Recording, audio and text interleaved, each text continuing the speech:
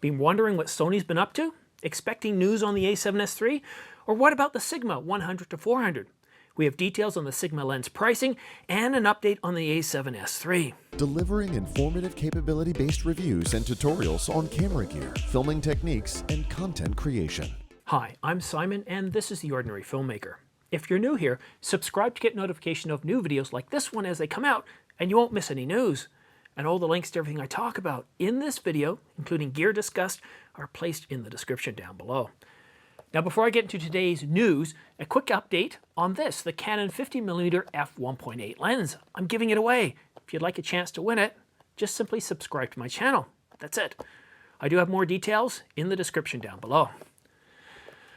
Nokishita just leaked the specifications and price for the Sigma 100-400 f5-6.3 E-mount lens.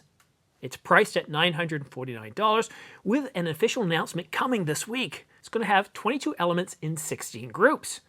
It will have a minimum shooting distance of 112 centimeters at the wide angle and 160 centimeters at the telephoto end. The maximum shooting magnification is 1:4.1 at 400 millimeters. Filter diameter is 67 millimeters, and its size is 86 by 197.2 millimeters. It weighs just over 2 pounds at 1.135 kilograms. Autofocus is compatible with the 1.4 and the 2.0 Sigma teleconverters, which is really nice. So it looks like both Sony and Canon are coming to the market with telephoto lenses. Canon with their 100-500 millimeter, and that's for their RF mount, and of course Sigma with the 100-400 millimeter.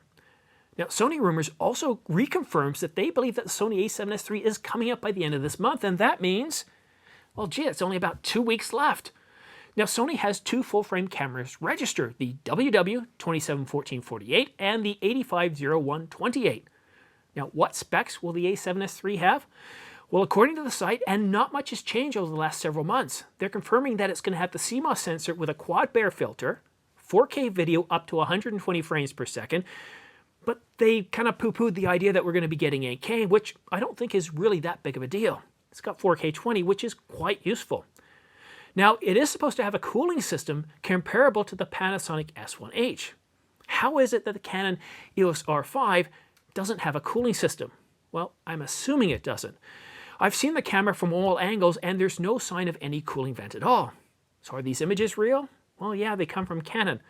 Or has Canon found a way to keep their cameras cool without shutting off? Or has the hammer of injustice struck with 8K record times in the several minutes?